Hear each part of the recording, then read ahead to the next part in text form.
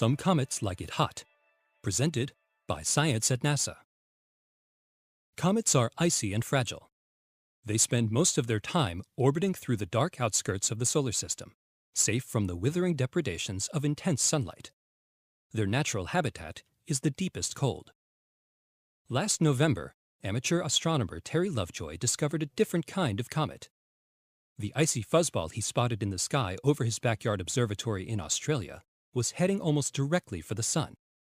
On December 16th, less than 3 weeks after he found it, Comet Lovejoy would swoop through the sun's atmosphere only 120,000 kilometers above the stellar surface. Astronomers would soon realize a startling fact. Comet Lovejoy likes it hot. Terry found a sun grazer, says Carl Badams of the Naval Research Lab in Washington, D.C. It appeared to be as wide as 2 football fields, the biggest such comet in nearly 40 years. Sun-grazing comets aren't a new thing. In fact, the Orbiting Solar and Heliospheric Observatory, SOHO, watches one fall toward the sun and evaporate every few days. These frequent kamikaze comets are thought to be splinters of a giant comet that broke apart hundreds of years ago. Typically, they measure about 10 meters across. Small, fragile, and easily vaporized by solar heat. Based on its orbit, Comet Lovejoy was surely a member of the same family, except it was 200 meters wide instead of the usual 10. Astronomers were eager to see the whopper disintegrate. There was little doubt that it would be destroyed. When December 16th came, however, Comet Lovejoy shocked us all, says Badams. It survived, and even flourished. Images from NASA's Solar Dynamics Observatory showed the comet vaporizing furiously as it entered the sun's atmosphere, apparently on the verge of obliteration. Yet Comet Lovejoy was still intact when it emerged on the other side. The comet had lost its tail during the fiery transit, a temporary setback. Within hours, the tail grew back, bigger and brighter than before. It's fair to say we were dumbfounded, says Matthew Knight of the Lowell Observatory and the Johns Hopkins Applied Physics Lab. Comet Lovejoy must have been much bigger and tougher than we thought. Only a few days after it left the sun, the comet showed up in the morning skies of the southern hemisphere.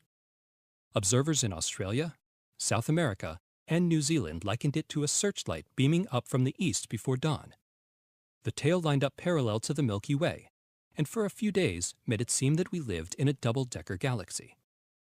Astronauts on the International Space Station also witnessed the comet. ISS Commander Dan Burbank, who has seen his share of wonders, even once flying directly through the northern lights on board the space shuttle, declared Comet Lovejoy the most amazing thing I have ever seen in space. An armada of spacecraft including SOHO, the Solar Dynamics Observatory, SDO, NASA's twin Solar Terrestrial Relations Observatory probes, STEREO, Japan's Hinode spacecraft, and Europe's Proba 2 microsatellite recorded the historic event. We've collected a mountain of data, says Knight, but there are some things we're still having trouble explaining. For instance, what made Lovejoy's tail wiggle so wildly when it entered the solar corona? Perhaps it was in the grip of the sun's powerful magnetic field. What caused Lovejoy to lose its tail inside the sun's atmosphere, and then regain it later? This is one of the biggest mysteries to me, says Badams. And then there is the ultimate existential puzzle. How did Comet Lovejoy survive at all? The comet that liked it hot is returning to the outer solar system, apparently still intact, leaving many mysteries behind. It'll be back in about 600 years, says Knight. Maybe we will have figured them out by then. To learn more about solar system mysteries, hot and cold, visit science.nasa.gov.